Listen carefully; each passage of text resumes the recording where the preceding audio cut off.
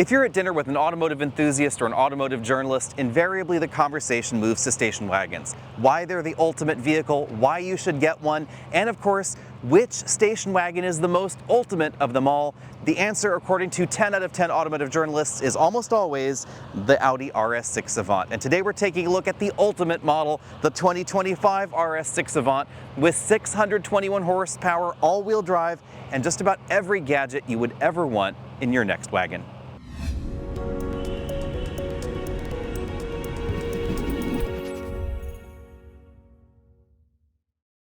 Today I'm out in Washington State to drive the new RS6 and a whole bunch of other high-performance vehicles, so unfortunately I don't have as much time with this wagon as I would really like. But let's talk about why this is the ultimate wagon.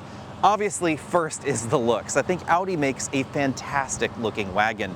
The only other station wagon, to my mind at least, that can hold a candle to this is the Volvo V90, but that's a very different style and a very different kind of wagon.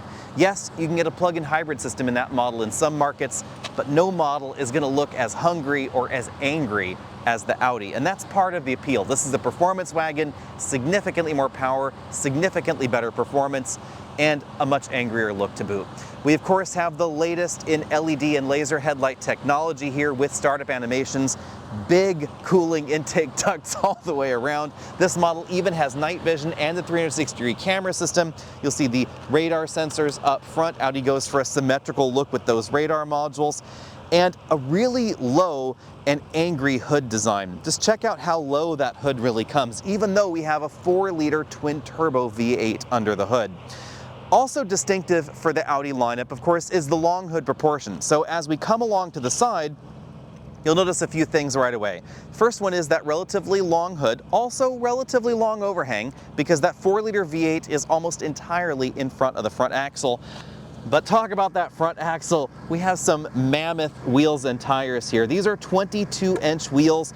Now this model does not have the available carbon ceramic brakes, which are absolutely bonkers. They are over 17 inches in diameter up front, and not that long ago, 17 inches was about the biggest wheel you could get on any station wagon. Now speaking of the wagon component, it is obviously a modern sporty wagon. So we do have a roofline that drops towards the rear, drops a little bit there, and then we have a hatch that's, you know, if I'm honest, a little bit more horizontal than vertical, but I'm not gonna split hairs because this is as wagony as we can get at the moment. But also again, really aggressive. Just check out these lines all the way around the back. Really aggressive haunches in the RS6 Avant. 285 30 ZR22s in the back as well, so standard tire setup, not a staggered tire setup. Although obviously the brakes in the back are not as big as the brakes up front.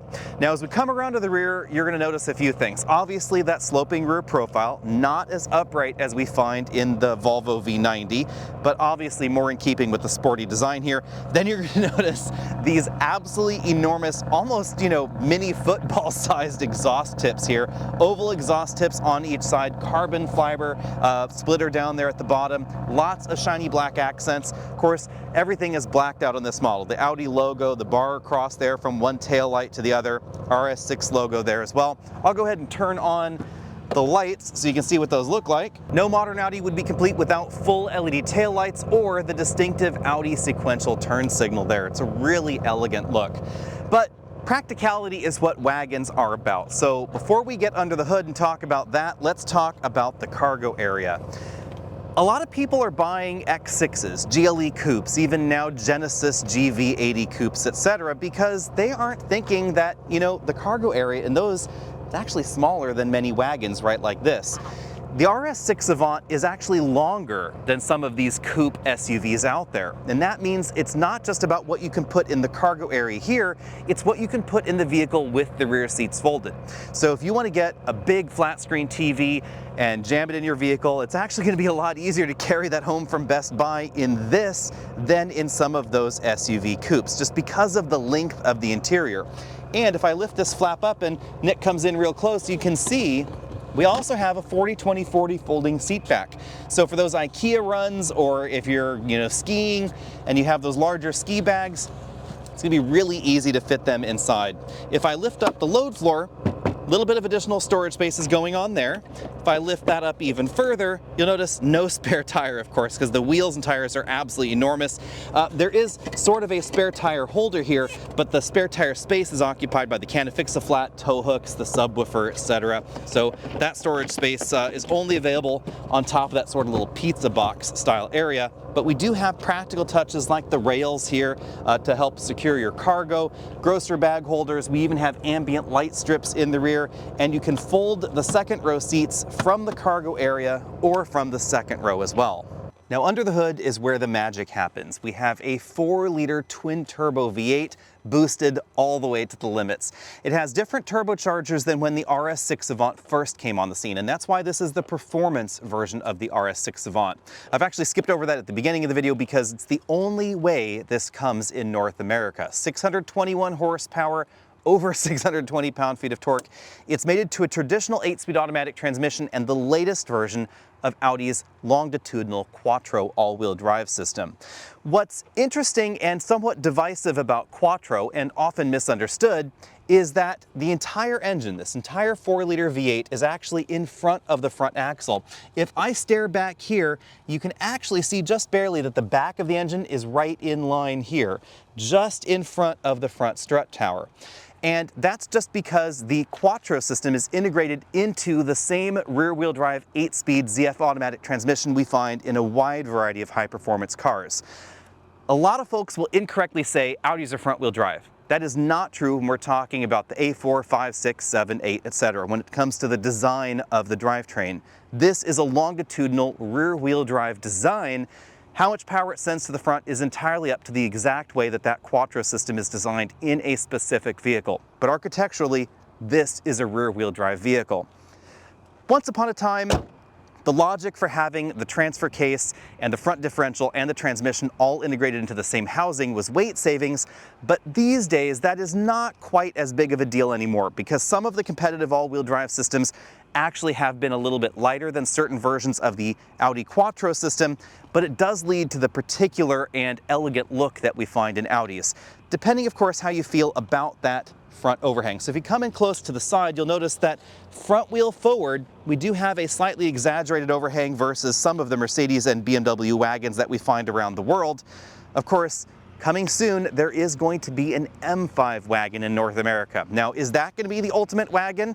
You're going to have to wait until we can get our hands on one of those, but it is definitely going to be a hot competitor to this RS6. Jumping inside the RS6, we of course have the classic Audi sport seats. Integrated head restraint right there. It's not adjustable, but lots and lots of bolstering. Just check out the size of these side bolsters. These are certainly seats that are going to keep you hugged into position.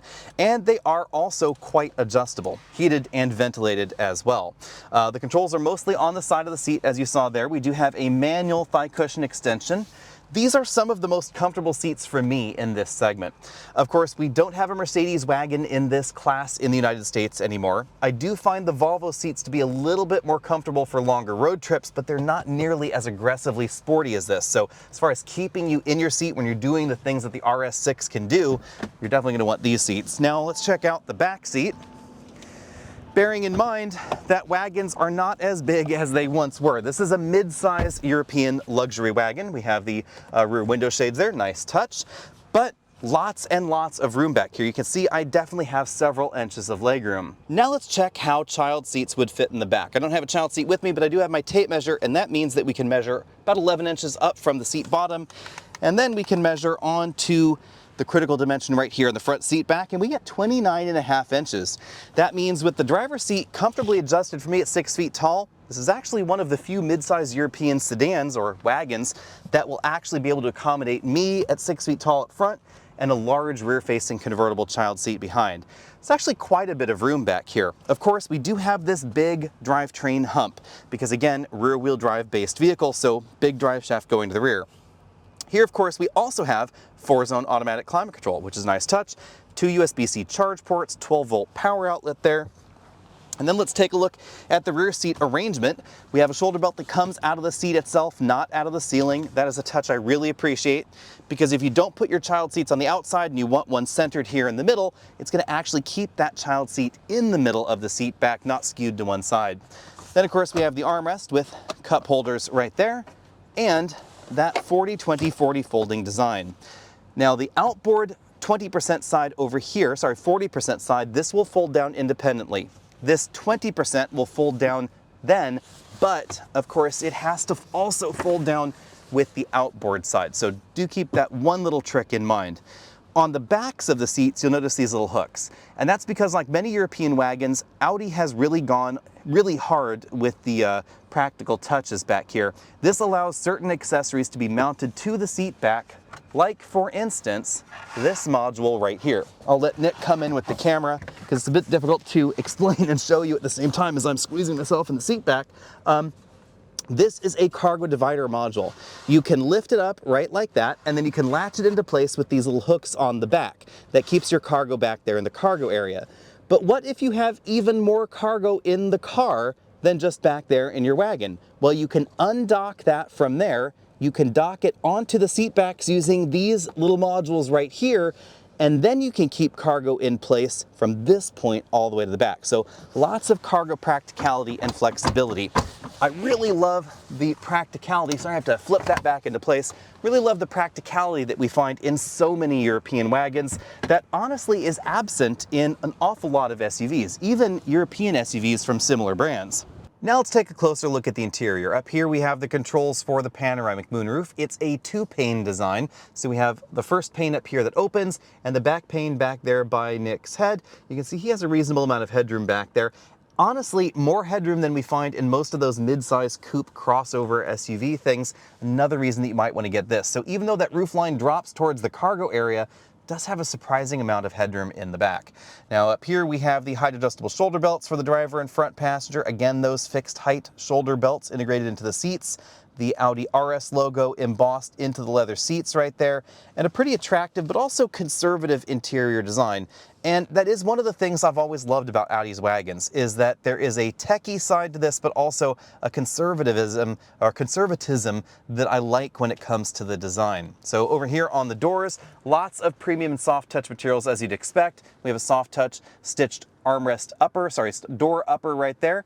Carbon fiber on the doors, soft touch injection molded plastics in the middle, Alcantara insert right there around that stitched leather armrest, and then more soft touch materials down there at the bottom of the door. This model has a Bang & Olufsen audio system. Obviously options are going to be different around the world depending on exactly which A6 Avant you're looking at. Up here on the dashboard, we have this very linear theme in keeping with the rest of the Audi lineup. A nice touch is that as you move the air vent around, you'll notice that the line over here does not visually appear to change on the air vent. So it really keeps that look nice and consistent. Gives a little bit maybe of an Audi 5000 vibe. We of course get the Bang & Olufsen speakers right up there on the dashboard, and an integrated sort of perforated dash insert that hides the center channel speaker, really kind of hides most of the air vents up there as well. Moving down here, we find the multi-screen Audi infotainment system. This of course supports smartphone projection. Apple CarPlay is being shown right there. And then we have the lower touch screen here, which offers a variety of different functions, mostly centered around climate control. You can control the front and rear climate control zones, of course, both from the front. We have the parking sensors there. There's a way to expand that up so you can see that. You can also adjust the heads-up display over there, turn the screen off. Then we have the Audi Drive Select button here. These are all touch buttons at the bottom. If we go back up to this screen, you can then actually select individual modes, adjust the RS1 and RS2 presets, adjust the adaptive air suspension, or of course use those touch buttons to just cycle through the modes down there as you might want.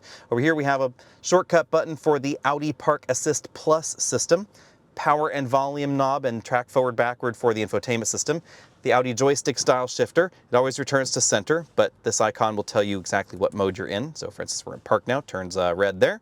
Here, two big cup holders, 12-volt power port there, electric parking brake, decent amount of shiny black plastic. That's the only bummer in here, is the shiny black plastic that we find all along the center console and of course all along the dashboard there as well. Between the front seats, we find a softly padded center armrest that opens to reveal a wireless charging mat. That's where Audi puts it right there in the middle of everything, and a relatively shallow compartment because remember, the all-wheel drive system and the rear drive shaft are basically under this section of the vehicle.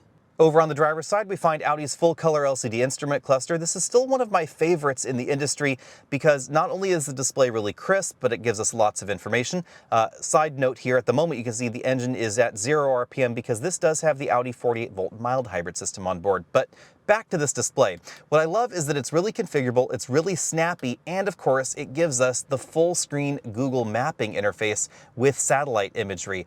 Other car companies have given us full screen mapping on the dash, but none looks quite as cool as this, especially when you really start zooming out and you see all that satellite imagery right there. And especially if you live in an area with lots of mountains, lots of trees, etc. It just looks really darn cool. Now, on the downside, you do have to have a data subscription active long-term in order for that system to keep looking pretty. If you don't, it turns into just regular, regular car navigation display. Moving out from there, we have the latest Audi steering wheel with the sort of golf ball-like texture to the leather. Not everybody is a big fan of that, but I actually think it kind of helps keep the steering wheel from feeling a little bit too sweaty in the summer. This has a pretty aggressive sport grip setup. So we have the bumps in up top, the bumps out down there at the bottom, and then the flat bottom of the steering wheel. Of course, the Audi RS6 badging right there. As we see in other Audi models, they put the cruise control on a stalk behind the steering wheel. That's of course where you're going to find the turn signal stalk as well. And then this little button at the end, that's where we find the lane centering right there on the turn signal stalk. All right, let's talk about why the RS6 is the ultimate SUV replacement out on the road. I mean, clearly it's about performance and handling. 0 to 60, 3 seconds here, stopping distances nearly 100 feet, something that you can rarely find in any SUV, let alone an SUV with the outside size of this and the practicality. But then there's just the handling and the handling feel of this. This is the perfect road to demonstrate why this is fantastic. It just feels so nimble, so light, so planted, and because it's lower to the ground and we have that lower center of gravity, it feels like a sports car, something that an X6M just can never do. Yeah, what's nice is that it's low, but it's not low enough to where we just hit a large divot in the road and it's not scraping, it's not rubbing the wheels at all. It can handle any imperfection, not any imperfection, but most imperfections on the road without compromising performance. And that's just kind of giving you that all-around perfect performer. If you want to just have a cruiser or a high-performance vehicle, depending on the situation, it can do everything very well. And if you do find yourself in something just a little bit stickier, we have the full air suspension, so you can lift it up a little bit. It's clearly not going to be an Audi all-road, but, it's going to be a relative in a way, which is the best thing about this. Same thing obviously can be said of an X6M or a GLE, etc., the things that I keep comparing this to, but to be honest, what mostly comes to my mind is actually something like a Porsche Macan or Porsche Cayenne, because in the SUV segment, those are some of the best driving vehicles, but they're still higher riding and they still are going to give a very different feel compared to this. Definitely. Yeah, this maintains that car feel but gives you versatility of an SUV. Now, I will say that I find the steering a little on the light side. If I had one request, I would probably ask for a little heavier steering feel. I would probably ask for a little bit more feedback from the front, but I really love the balance of the RS6. If we're really talking about absolute driving dynamics and we're on a track, if you're pushing this super hard, we haven't driven the new M5 Wagon yet, mind you, but there is something to keep in mind. Because that engine is entirely in front of the front axle, Audis, especially S's and RS's, they don't have the same weight balance that you find in the average BMW performance vehicle. A little bit more weight on the front. The extra weight on the front is a complaint that you hear from a decent number of really performance-oriented reviewers and outlets.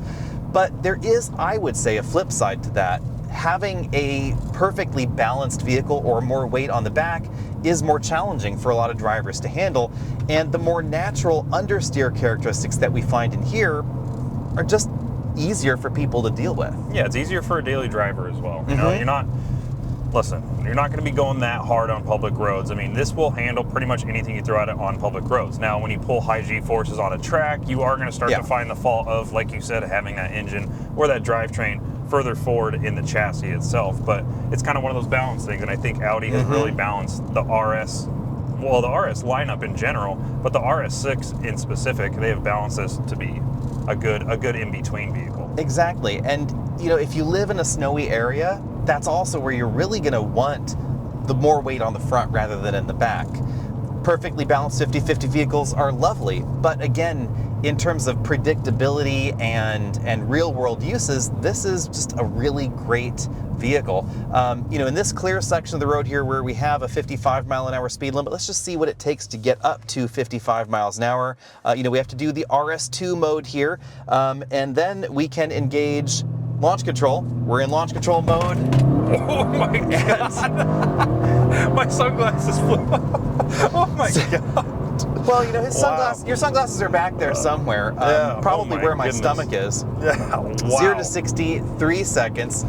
And it's funny because we have, over the last 2 days up here in Washington, been driving a number of 700 horsepower plus vehicles.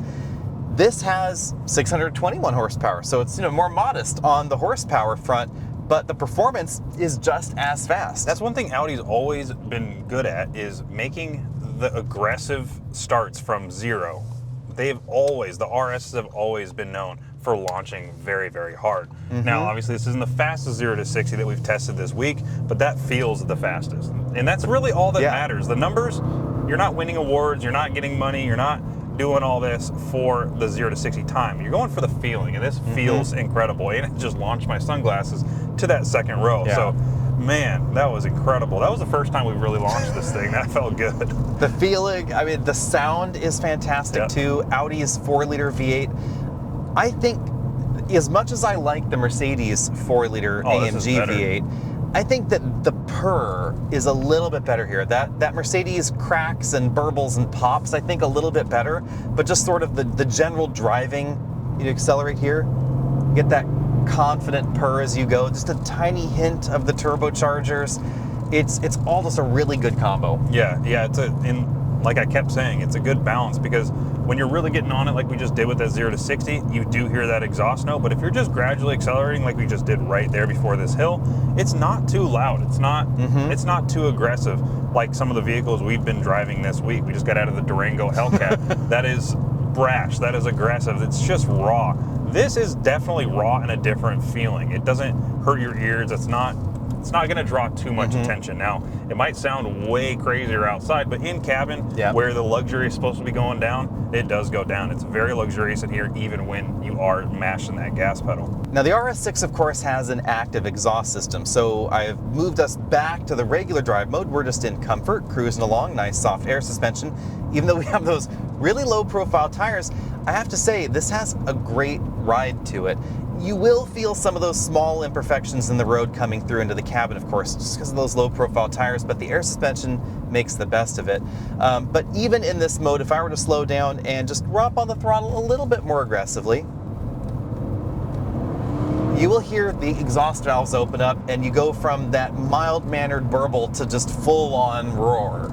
Yeah, it definitely roars in a different way than the Mercedes does. And I think we talked about this yesterday, that they're both 4-liter V8s, twin turbos, but they have two completely different sounds. Now, AMG has always been known for the burbles and the cracks and all of that on downshifts, and that Audi has been more refined in keeping that deep tone and really keeping all the cracks for the shift points. When you shift, it gets that little crack in between gears.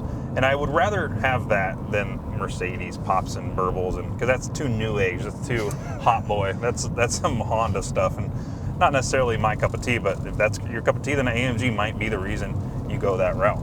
Of course, the other reason that car enthusiasts love wagons, sadly for the viewers, I understand completely. The enthusiast does not buy wagons, and this is part of the problem.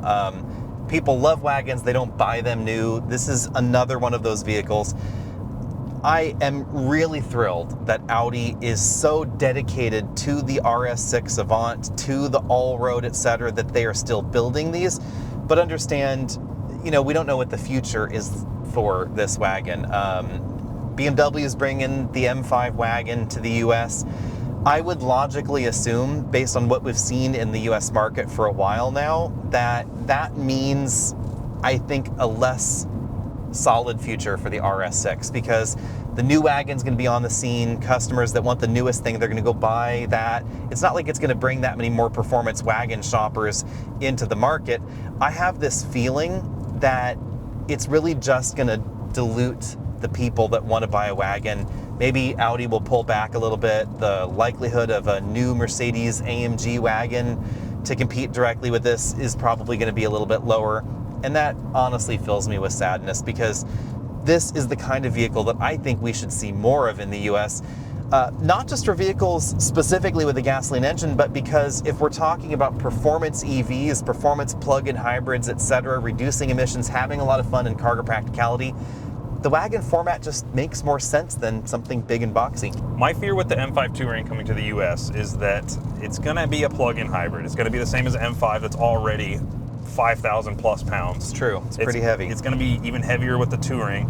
This still keeps kind of that raw nature of a brash V8 without diluting it with the hybrid system. Now, it's there to argue whether or not that dilutes it. Some people think that enhances the driving characteristics of the vehicle. Some people think it dilutes it. I think it just kind of makes it too tech heavy to feel like an RS. And where I'm getting to is, if the RS does follow that route, if the RS6 follows that route and adds a hybrid system that is going to enhance the performance, adding on batteries and plug-ins and a lot more technology, I find that it's just not going to have that RS feel, because this still carries on quite a bit of that old school feel where you do hear the engine. It's not necessarily too diluted by those turbos, keeping down that exhaust note. It still feels pretty raw compared to like that AMG that we drove. The AMG that we drove almost just felt kind of tame. Now, when you really romp on the throttle, you do get the performance, but it just feels like there's so much computer being activated when you romp on that throttle that it takes a couple seconds. It doesn't feel as direct. And that's kind of what I'm worried about. Now, that's me personally. If you like the hybrid systems, which I think there is a place and a time for them, then that is that. But that just sounds so good. It just sounds so good. But if Audi does go that route, I'm sure they're going to do it fine. And it's probably going to be a fantastic vehicle. And I'll probably look back on this clip and go, you're dumb. Why'd you even say that? Because it doesn't affect it. It actually makes it better. But we'll see when that time comes. We'll see if they go that route, or they just come out with a whole different vehicle, or just leave it as it is. We'll see. Part of the magic that is the RS6 is that this does have the latest Audi 48-volt mild hybrid software, and all of that, all the benefit that rains down on the adaptive suspension system, the air suspension, etc. But they've wrapped it in a wrapper that feels very normal, especially if you have it in the RS1 and RS2 modes, the sport modes here. It just has a really sorted and cohesive feel to it that I really appreciate, that you don't find in everything out there. But I think my greater worry is not necessarily that the RS6 will change, because I think in Europe it's always possible maybe they will retain some sort of purity. In a way, I'm more concerned that it just won't exist at all, that Audi will choose to say, let's dial the wagon sales back and not bring it to the US at all until, you know, the next generation, when it's newer than the M5, and then maybe they'll leapfrog and we won't have multiple wagons to choose from. They'll just be sort of the performance wagon offered in the US, and this year it's a BMW, and next year it's a Mercedes, maybe, we hope, and you know, maybe in a few years the Audi will come back. I would just love to see a variety of wagon alternatives. Now, it's not all sunshine and roses with the RS6, and that's because of how much it will cost. Almost $130,000 is the base price of the ultimate wagon in North America. So clearly this is not the wagon for everybody. On the other hand, if you're looking at a BMW X6M or a Mercedes-Benz GLE 63, this is simply a better vehicle in my opinion. You are really not giving up that much cargo space in the back versus a GLE Coupe or the BMW X6. Yes, a GLE or an X5 will give you more cargo capacity in the back and more off-road capability, more ground clearance, etc. But this is better to drive. It's faster 0 to 60 than the vast majority of those competitors. This is insane in terms of its 0 to 60, but it's also just more practical and more fun to drive. There's a more car-like driving position. You don't have as much body roll. You don't have as much tip and dive. You have better braking scores. Everything about a station wagon is just insanely practical, and that's why people really have a love-hate relationship with them, I would say. A lot of people look at this and they think of the practicality of 1960s, 70s, and 80s station wagons. Wagons that got, you know, progressively stranger looking and, you know, less fun to drive over the years. This is not that wagon. And it's also why wagons are still pretty popular outside the United States. Let me know what you think about all that down there in the comments section below. And of course, keep in mind that if you want a sampling of this kind of ultimate vehicle, you could of course get the less expensive Audi Allroad, which is an awful lot of this in the more off-road capable package, and of course, a lot less expensive as well. Let me know what you think about that down there in the comment section below, and if you have ever wondered what's the best vehicle on sale in North America today, I would argue it is an Audi RS6. Now, is it the best vehicle for you? That's an entirely different question. Let me know what you think about all that down there in the comment section below, and I'll see all of you later.